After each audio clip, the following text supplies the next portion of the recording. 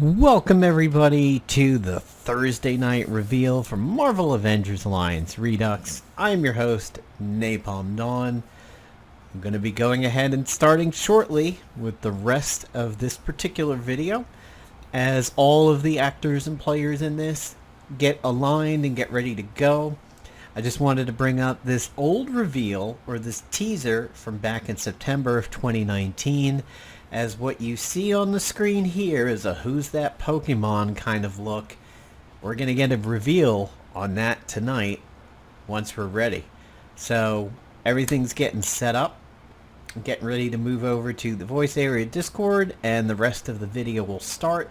But I just wanted to go ahead and film this portion before I go over there, as this particular piece of art right over here is going to play heavily into some of the content on the rest of the video. So stay tuned everybody. Alright guys, so this is video 1 of the two-part series here of the question and answer with the development team. We're going to go through questions 1 through 10 here and have a few content reveals. Unfortunately, as you will see when we get to video 2 where we have the staff talking, video 1 never saved, likely due to the length of time that it was, since it went really long.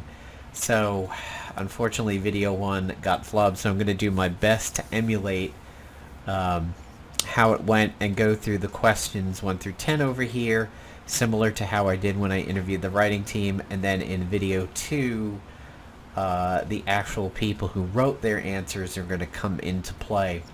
So this is a question and answer number 2. It is question and answer with the game staff, which are the artists and the spriters, the animators, everything like that. Before we get into the questions, we are going to do 2 reveals first, and that is the Asgardian Reveal. So these are going to be SWFs, which are animated movesets of 2 characters. The first is going to be Ulick, the rock troll. You guys from Marvel Future Fight might remember him. Here he is in his sprite set with all of his animations. He is going to come into the game as a bruiser. No, excuse me. He's going to come into the game as a scrapper. So a recommended set of characters to bring against him are bruisers. And because he is a dumb pile of bricks, psychic attacks are probably going to work really well on him. So here is his animation set. And we will shrink it down so that you get the quality back a little bit.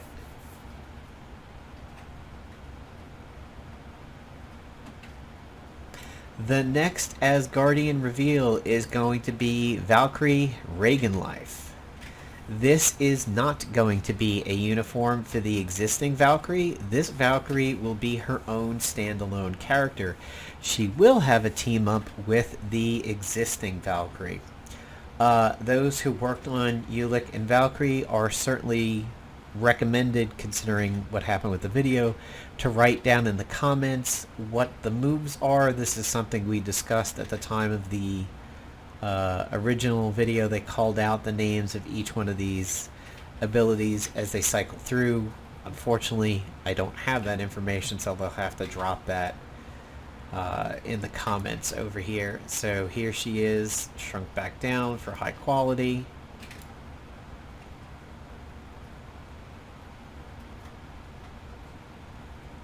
And I think, as you can see here from Ulick and Valkyrie Regen, this will definitely make a lot of the community's fears about Marvel Avengers Alliance Redux and the art and the sprites going forward. How is it all going to work out? Are they going to be able to do things like the original game with as much quality and also not have the kind of situation where it's a simple palette swap of like Sub-Zero and Scorpion in the original Mortal Kombat games? And I do know one of the moves here, when she does the move where she jams her knuckles together, that's going to be where she calls her spaceship from Thor Ragnarok right there. So So that is going to be a summon there for the spaceship. So, question 1. Who is your favorite Tier B or C hero? Note, Tier B is going to be a once-in-a-while hero, semi-recognizable, and a C tier is going to be once or two-time hero, not very recognizable. Bridget Rock says, I'm not sure they are considered appropriate tiers, but I'd say Wiccan and Enel. Modern Panda says Boom Boom and Cullen Bloodstone. Black Max says there's so many of them, I can't just call out one or two. Diabetic Kirby says B tier is Moon Knight, well known but not one of the big heroes, and C tier, Enel again. He expanded upon Moon Knight at the time, saying that when Moon Knight was revealed in the game, it caused some in-depth checking out of the Moon Knight character, and there was a good deal of impressions made about Moon Knight's backstory and the psychosis and everything like that. So the Moon Knight reveal in Marvel Avengers Alliance caused Kirby to go back and take a look at the actual Moon Knight character, which I think a lot of people did. Edmund54 says Phantom Rider and Turbine. Ken says no preference. Jay says Black Bolt and Elixir. We know Black Bolt is now kind of becoming A tier thanks to the failed TV show and his appearance in Marvel Strike Force as a legendary character. Kelvin says Stepford Cuckoos, if they count. And I really appreciated their work in The Gifted. I thought they were a really good character there, the conglomerate of them. Lord says Spider-Man Noir and Beta Ray Bill, who I always used to like to call Thorse as Thorhorse. Springleaf says Gwenpool and Hyperstrike. Wild Rider says Hercules and Elsa Bloodstone. And again, Elsa's now definitely becoming pretty upper B tier. And Dub said Union Jack became a favorite after his Marvel Avengers Alliance appearance. And I think a lot of people would echo that. He was A tier within the game, even if he wasn't outside of that. For me, my answer would be Molly, simply because Molly was so strong and interesting and fun and unstoppable with the right combinations. It made me, and I think a lot of people, look into the Runaways. And I think Carolina Dean would be a C tier for me on that one, because she was very underrated, but I liked making teams with her for videos. Question 2. Who is your favorite tiered B and C villain? Again, same rules apply. Bridget Rock says Lash and Lorelei. Lorelei fits in with the Asgardian theme. She was pretty interesting, written up in the Marvel handbook that I had as a kid, sort of like a nicer version of Enchantress. Modern Panda, I don't know about B, but C tier is definitely Paste Pot Pete. Panda loves him some Paste Pot Pete. Black Max says Shumagarath, and that's only because he grew up reading Lovecraft and having the hell scared out of a preteen version of himself. I kind of echo this one because nobody's really seen much of Shumagarath since the old Marvel vs. Capcom games, that octopus ball of spike that he was, and I've always wanted him to appear somewhere. And also Blackheart. Now, we did deal with Blackheart a little bit in the game, so I think he would be my B tier, because he was in the game a little bit, but he also was really a big player in the old Marvel vs. Capcom series. But Shumagarath has kind of disappeared off the face of the planet, at least from what I know. Diabetic Kirby says B tier is Malekith, but might be A tier after War of the Realms. C tier is Mr. Negative, although he could easily be B tier, he just thinks he's fucking rad. So Mr. Negative played a big role in the Marvel Battle Lines game. He was pretty big there. And he was also big in the Netflix series, and that's where I think he really started to develop, according to Kirby. Edmund54 says Trapster and 8-Ball. Ken has no preference, he's the boring one. Jay says Master of the World and Jackal. Kelvin talked about Demogoblin. Lord says Sandman, Mysterio. They're not A tier like Venom. Springleaf says he likes it when heroes are also villains like DP, Hulk C, Old Man Bullseye. Wild Rider says Taskmaster, if he still counts with his MCU appearance. Is he A tier now? Well, thanks to the Black Widow pushback, we're going to have to wait on Taskmaster a little bit more. Hobgoblin and a C tier Jack-O-Lantern. Dub says no preference. I echo a lot of what has been mentioned here. I've always liked Hobgoblin and felt he wasn't represented enough as much as Goblin was in Marvel Avengers Alliance. Sandman kind of comes in as A tier for Marvel Future Fight newbies. He's a very, very strong physical character, and then Mysterio makes a pretty good appearance in Marvel Strike Force and a reasonable appearance in Marvel Future Fight. But yeah, Venom definitely takes the A tier, and the movies have done a pretty good job of representing some other Sinister Six. Here with Wild Rider, I've always wondered about if anybody would ever touch Hatemonger nowadays, because Hatemonger in old Marvel was actually a alternate universe of Adolf Hitler with a hate gun. So that's definitely like sub C tier right there, and that might be really hard to work in today's modern society. Jack-O-Lantern was pretty cool. What is the most hated retcon in comic history? Warning ahead, there we have some very, very strong feelings over here, and there's going to be a theme as we go through this answer. Bridget Rock says, oh, I have a couple. They changed the heritage of Scarlet Witch and Quicksilver, and the recent change for Carol Danvers' story, for example. I'm sure there's others. Panda says, one more day. Black Max says, Captain America as Hydra? That's some bullshit.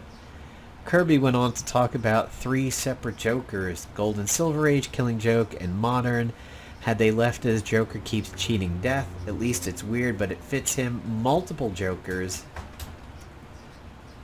making 0 sense. While it fits, it's just one bad day idea. It doesn't work with what we know about the Joker himself. Edmund54 says Doc Ock's return after Cade killed him, though I do like the Superior Spider stuff. Genghis Ken says DC Comics undoes Death in the Family in 1988, 17 years later with Under the Hood in 2005. Simply because I paid a few bucks to call into their nationwide telephone poll to say if Jason Todd lives or dies. I would like my refund. Jay says the confusion with Wanda Pietro's parentage. Kelvin says one more day along with Wanda Pietro's parentage. Lord says any retcon related to the Fox ban. I'm fine with retcons in general as long as they make sense and are explained well. Springleaf says Gwenpool had incredible stories with canon and comic powers, but then they forgot about them and now she's known as being silly and crazy. Wild Rider says, I hate most retcons, one more day, Scarlet Witch, Quicksilver's changing parentage, Iceman being gay when he should have been bi instead, and all the particular ones I hate since they're done incredibly sloppily and stupidly. Dub says Hydra Cap. So for me, I echo the major themes in this one. I do not like the de-mutantizing of Scarlet Witch and Quicksilver, and what wasn't mentioned here was Squirrel Girl. There is a panel in an old comic where Squirrel Girl tells Iron Man she's a mutant, and now they're trying to change that one, and that was because of the stupid silliness between MCU and the mutant universe. I like mutant Scarlet Witch and Quicksilver way, way better, and it's a little touchy when people talk about Iceman, and I think some people may fear to tread upon that one, but we did talk about in the original video how his reveal was awful, and a lot of people had some pretty strong opinions how Jean essentially broke a code of a telepath there by revealing what his inner thought was, and he was saying one thing but his brain was saying something different. And we brought up the fact that, you know, hey, Professor X and Mystique in the X-Men videos, they have that whole conversation of, like, you said you would never read my mind, Charles. So we talked about how terrible the outing was for Iceman, especially considering comic readers are going to be young adults and teens, and that's probably somebody's greatest fear and kind of horrific. And I guess that goes into the sloppily and hastily put together thing they were talking about here. So question 4. What do you love about the work that you do for the group? So Bridget Rock says, I'm sure this will be a popular answer, but definitely bringing back the game for everyone to play, including myself. MAA was a huge part of my teenagehood, was there for almost all of it, and to see some of the stuff we wrote come to life will be pleasing for sure. Panda says, these people I work with daily have become a surrogate family of sorts, and doing this game is how we all have fun together. It's always a joy to come and talk to everybody. Little BTS, we're talking about doing a screen share watch party for something like AOS, which goes to show how we've bonded as a group. Working as, Black Max says, working as part of a creative team when it works, and it very often does work. It's amazing. That's a big statement to hear that it very often works. Kirby says, pushing the limits of Marvel Avengers Alliance Redux constraints. We've gotten some really good ideas from that. Also getting to promote characters that tend to float under people's radars. If I get to sneak in the name Daddy Wronglegs into a deploy, I'm going to be happy. And as of April 2nd, 2020, I have not, but I keep forgetting to. Edmund54 says, working as part of a big team is very rewarding, and I learn a lot of my Marvel general knowledge through this, especially doubled since joining. Certain work will always be credited to the source, but the best stuff can come from a hive mind, like lively discussions about kits that take place in character development, and the artists will often critique each other or collaborate. Genghis Ken says, writing dialogue that works, and managing to cram in as many illusions and Easter eggs as possible. Jay says, the creation of artworks. It's a challenge I enjoy undertaking. The creation of a few kits, as well as the reflective story arcs they were in, and references to those arcs. Kelvin says, coming up with new move kits and ideas. Lord says, everything. Springleaf, I like to learn about new characters and read their comics to know them better. I like to look for what fans like and make it better. Another is seeing how much people love their heroes and how it shows up on their work and fan stuff. Wild Rider says, getting to see my character kits come to life. I would make fanfic kits in my head a lot, so just that fact, I'll get to see them finally realized is amazing. Also, yeah, writing is fun too. Dub says, telling stories that we get to tell. The creativity in their chats is amazing, and it really comes out in the missions written. For me, my answer of how much I like my work for this group is I'm a fan first and foremost before I'm any kind of a YouTube content creator in it.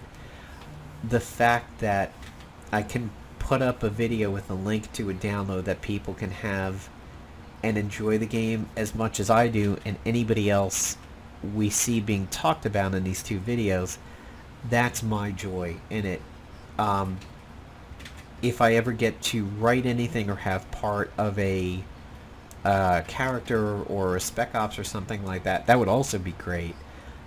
And I wouldn't mind having my old, not Tech TV, the old gadget back that came from the early beta. I would love to have that back again myself.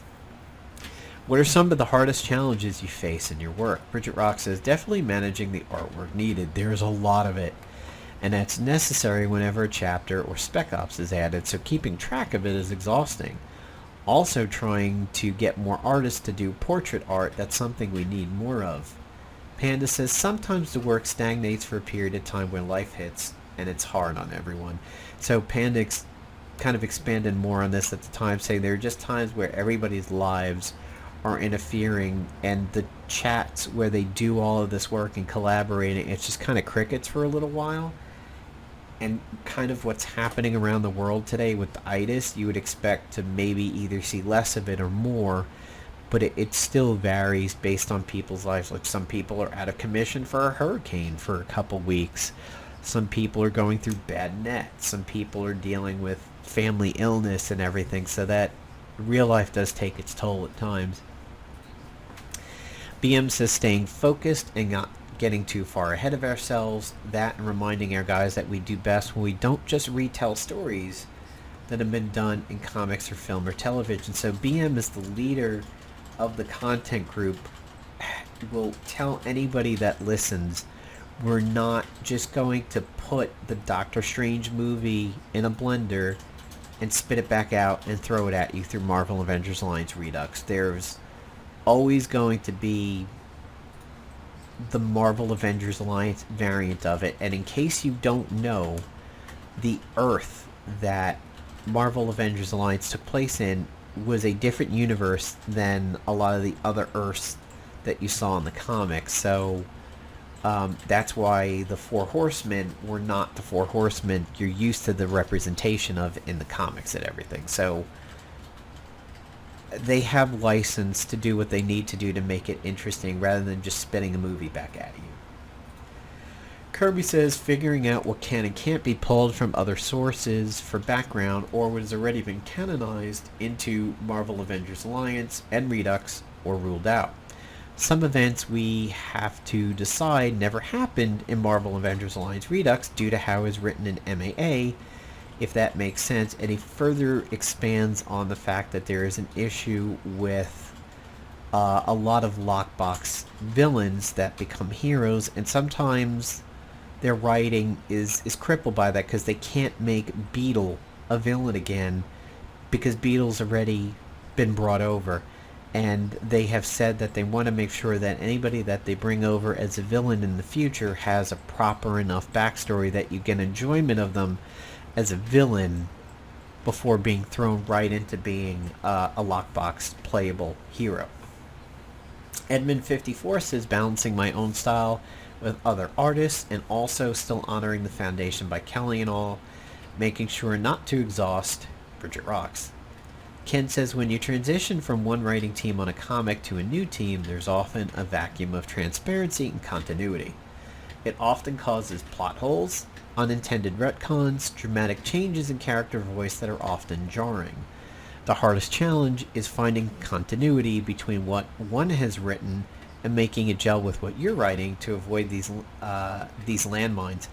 By the way, from somebody who is on a content approval committee, for lack of a better term, I've seen a lot of the works that this team has written and they keep their tone amazingly well. I can't always speak to the continuity like the Game of Thrones, like, hey, there's a Starbucks cup in the back over there, oops.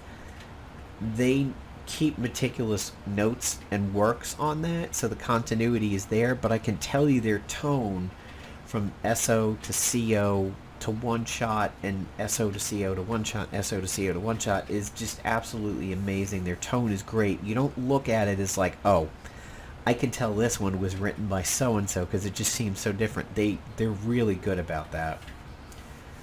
Kelvin says coming up with ideas so that every kit is unique.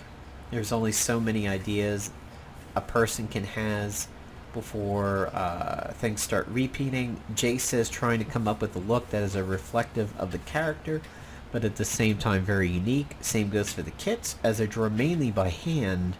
The challenge also includes making it digital for the spriters and the colorists. Bridget Rocks has been very helpful. Springleaf says, there are things I'm not used to doing, so doing hands or weird poses gets hard to make, but I love it. Sometimes it takes time to get it right. I've done so many hands so far, it's crazy. And at this point, we referenced the fact that Rob Layfield hasn't been able to draw an effective foot in God knows how many decades. And we kind of went off on Rob Layfield here and saying Springleaf is already ahead of the game if he can draw feet. If you've never looked for it, go ahead and Google from Progressive Boink, why Rob Layfield's art is complete shit. I think I will put a link in the video description. I have to read that and the follow-up video 4 or 5 times a year because the writing style makes me piss my pants. It's hysterical. Wild Rider says, like Kelvin said, coming up with the unique ideas for kits can be tough. Ability names is probably the hardest thing for me since I try to avoid generic names as much as possible, like Hulk Smash. I try to go for punny and pop culture references and alliterations as much as possible.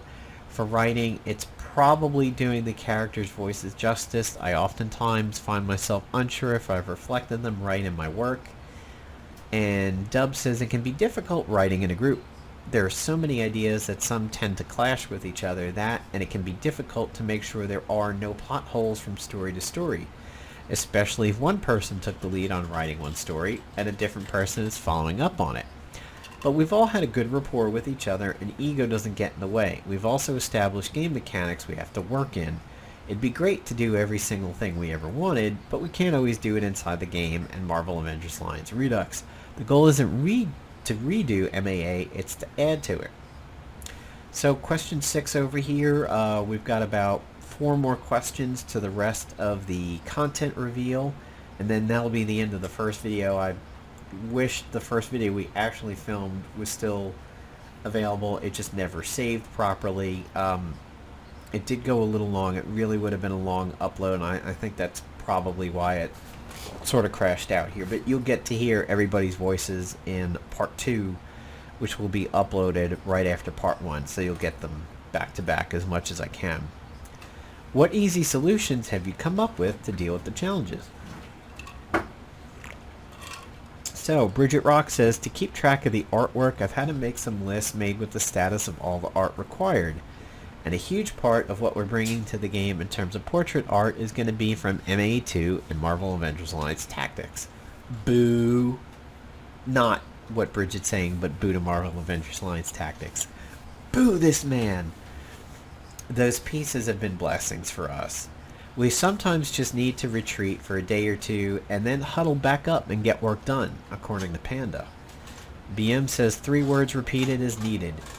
Piss on cannon, piss on cannon, piss on cannon. Longer version, we respect everything done in the comics, but we don't feel constrained by them. We follow the MCU closely, but we aren't restricted to it either. Marvel Avengers Alliance, however, is absolutely canonical for us, and we hew very closely to what was laid down there before us. Kirby says research and collaboration. Edmund54 says nothing really, but for the first one, sharing progress early and often works. Ken says I like to hit the heavy bag at the gym. Jay says always strike when inspiration hits you, or write the idea down. Lately I've taken through trawling through Pinterest for some improvements I can make, and I'm looking forward to integrating these. There's always room for improvement somewhere. Calvin says take a break and give it some thought. Maybe look to others for inspiration. Lord says he'll get back to us. Springleaf says I have a posable doll and a digital one for hands. Sometimes the sprite looks weird or needs more color. Solution? Effects baby. Effect it up till it looks good. At this point, I had made a reference to the fact that living with an artist, I get to see how much work she has to do for this, and how many of the reference she pulls in for every corner of the internet to get how muscle looks when it's strained, how muscle looks when it's strained under certain lighting conditions, and how the shadow goes. So, to those people on the art team that have to go through that, I certainly feel for you guys, because I watch it happen literally next to me over here, and it's a trial, for sure. Wild Rider says for kits, I look at other people's kits on the MAA wiki and the fanfic wiki, or even kits from other Marvel games for inspiration. For ability names, sometimes it's looking at song lyrics or character quotes that'll get something to click for me in the name. So expect a lot of song or quote references for writing. If it's a character that already was in Marvel Avengers Alliance, looking at their existing dialogue helps. If they're new, looking at scans of their comic appearances and watching clips in the MCU. Dub says, let's see what Black Max says. Question 7. What weird or funny request have you seen for the game? Now this one was an answer that took quite a while to go through, because there were some hysterical answers to this. My joke answer to this one was the fact that the funny request is, can you make it mobile? Can you make it mobile? Can you make it mobile? And as I've always stated, and the team wants to be clear to this, it can never come to iOS, because you need a jailbroken device to sideload an IPA, especially under modern Apple security. For Android, there is the possibility, but it's a 1 or 2% possibility we would ever see it on mobile. And again, I want to reiterate, where the fuck were you people when it was actually live on Android? Because the Android version was a complete clown fiesta. It was a clown fiesta on fire, spewing out diseased clowns out the back trunk of it. So Bridget Rock says, I've seen a bunch. Most of them have been stuff from other properties. I remember somebody asking for Lady Gaga once, so that's probably it. Modern Panda says, yeah, Lady Gaga takes the cake. BM says, well, if I say anything, I think some feelings are going to be hurt. Kirby says, haven't seen any. Edmund54 says, it was clear that one person really wanted Jubilee during the fan ballot in January. In their outburst, they also voted for Jubilee, Jubileo, Jubbly, and Jubileo. Jubileo kind of sounds like the Mexican version of Jubilee. I want to reference the fact that we have a coffee place here by me in Raleigh named Julala, and there's two of them, one downtown and one out closer by me, and they're known for very, very good coffee among the community. So if it was me doing that, I would have wrote in Jubala too. Ken says, no non-Marvel characters in a game which is titled Marvel Avengers Alliance Redux. Jay said, somebody messaged me one time to ask if I could add some unusual substances as store items. I didn't do it at all. Makes me think, this is where again we reference the fact that Legion was such an acid trippy show that if there was ever a Legion Spec Ops, we would have to, introduce acid tabs to the store. Kelvin says, not to be dickish, but for me, it's probably the request for characters and alts that seem like they were pulled from every random issue. Also, non-Marvel stuff. I mean, come on, read the title of the game, people. I want to say at this point, halfway through the answers to this question, as something to remember here, it is a kick condition in the Marvel Avengers Alliance Facebook group to talk about adding characters to the game that aren't Marvel, and that kick condition is no Mugen. If you don't know what Mugen is a Street Fighter-esque fighting game where you could have the Burger King fighting Ronald McDonald, and then later fighting the Wendy's girl, and then later fighting Flo from Progressive Auto Insurance. So you're not going to have Flo saving you on home and auto in Marvel Avengers Alliance Redux. You're not going to have Batman.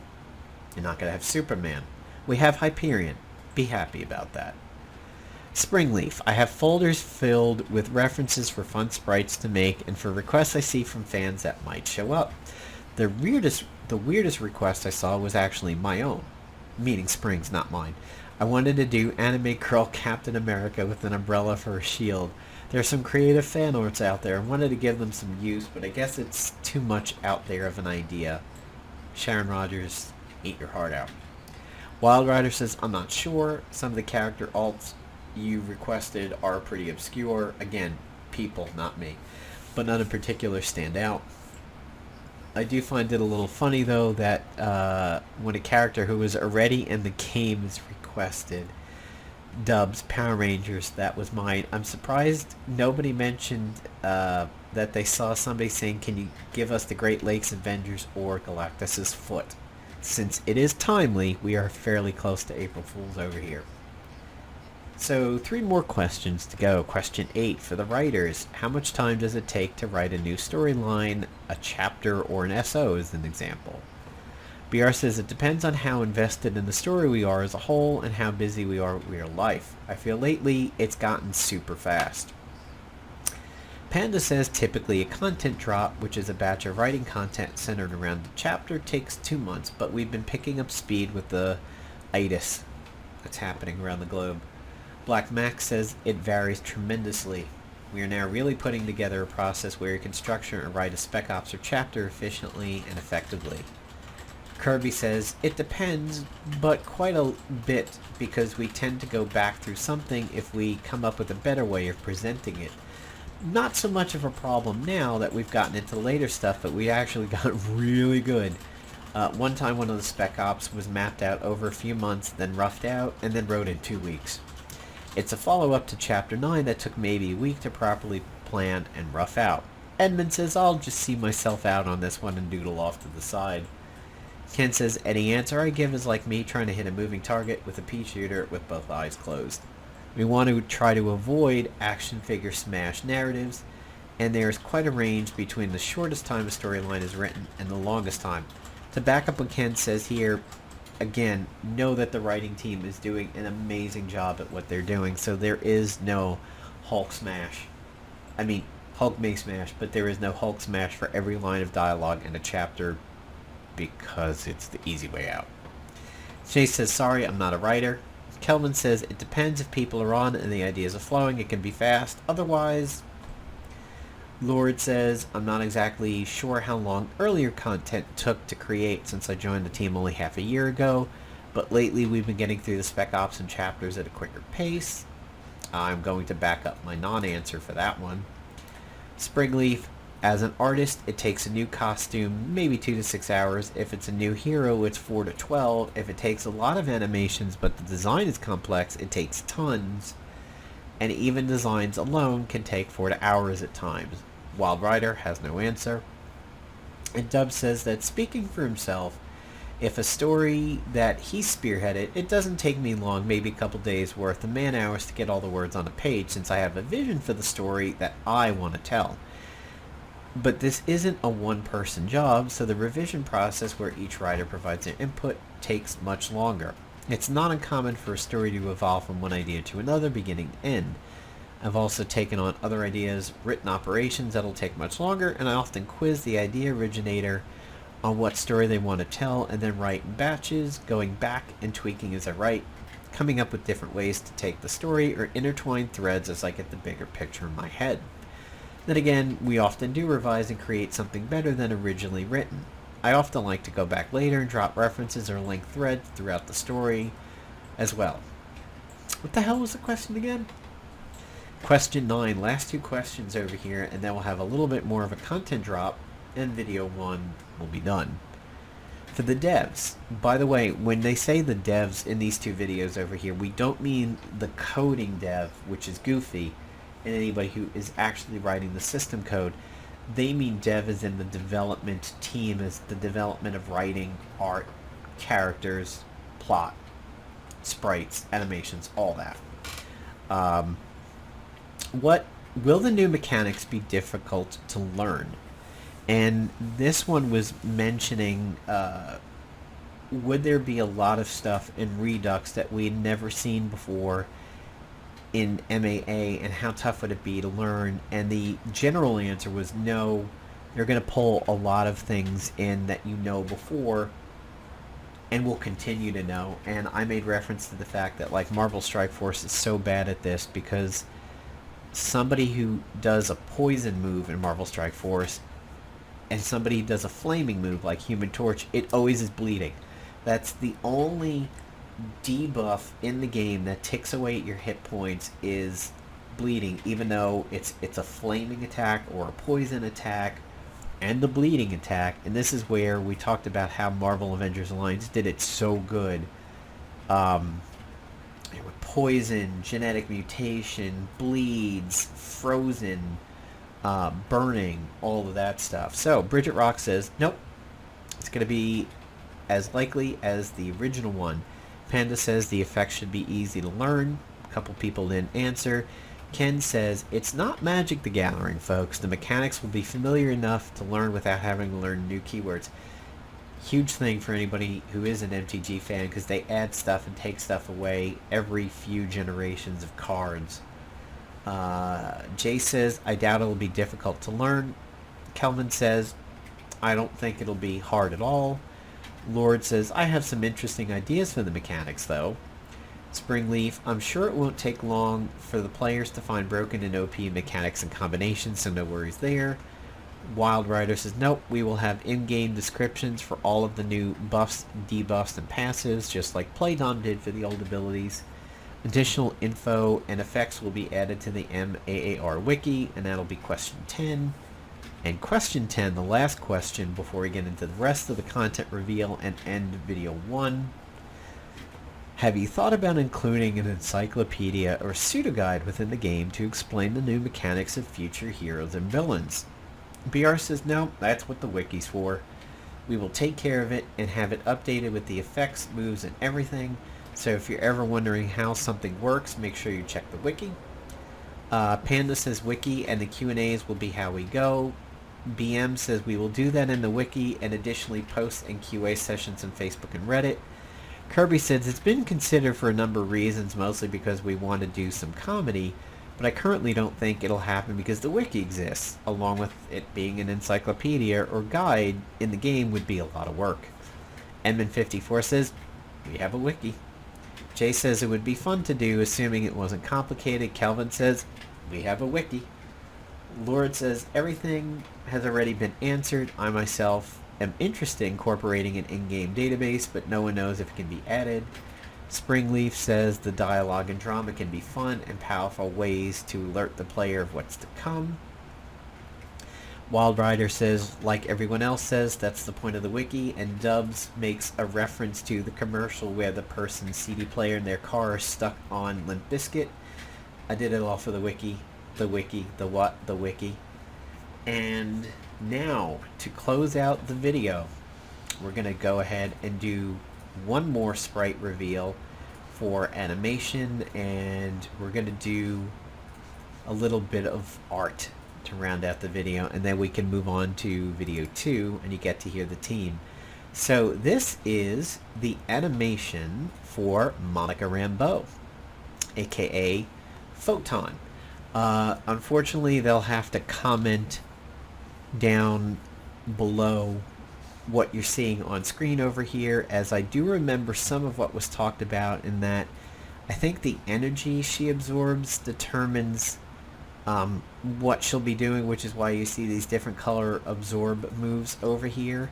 But again, this will be a separate character, not a skin to Captain Marvel. I'll just have to have the team expand on it a little bit more down in the comments below, and we'll drag that in over here so you can see it in a little bit of a more finer resolution. You can see there definitely seems to be a lot of energy manipulation over there. And to round out the video, we are going to have some sprite reveals that are not animated. So this is Stature, who will be going along with the Ant-Man universe. We're going to have a villain in Gorgon, who is able to petrify people with his gaze, which is why he wears sunglasses. And similar to how Cloak and Dagger was a two-part hero, these are the Vulturians, who are a three-part hero. This is not a villain team full of 3 characters over here. This is actually one sprite, similar to Cloak and Dagger or Kazar, with the fact that it was him and the cat at the same time. The Vulturians will always hit for 3 hits because it's 3 of them attacking.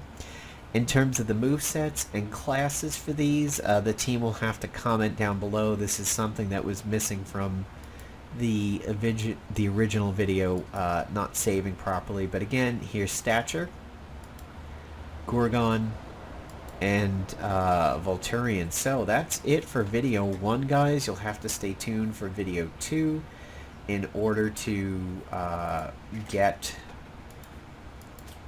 the rest of the dev team's voices, the rest of the sprites that are going to be revealed.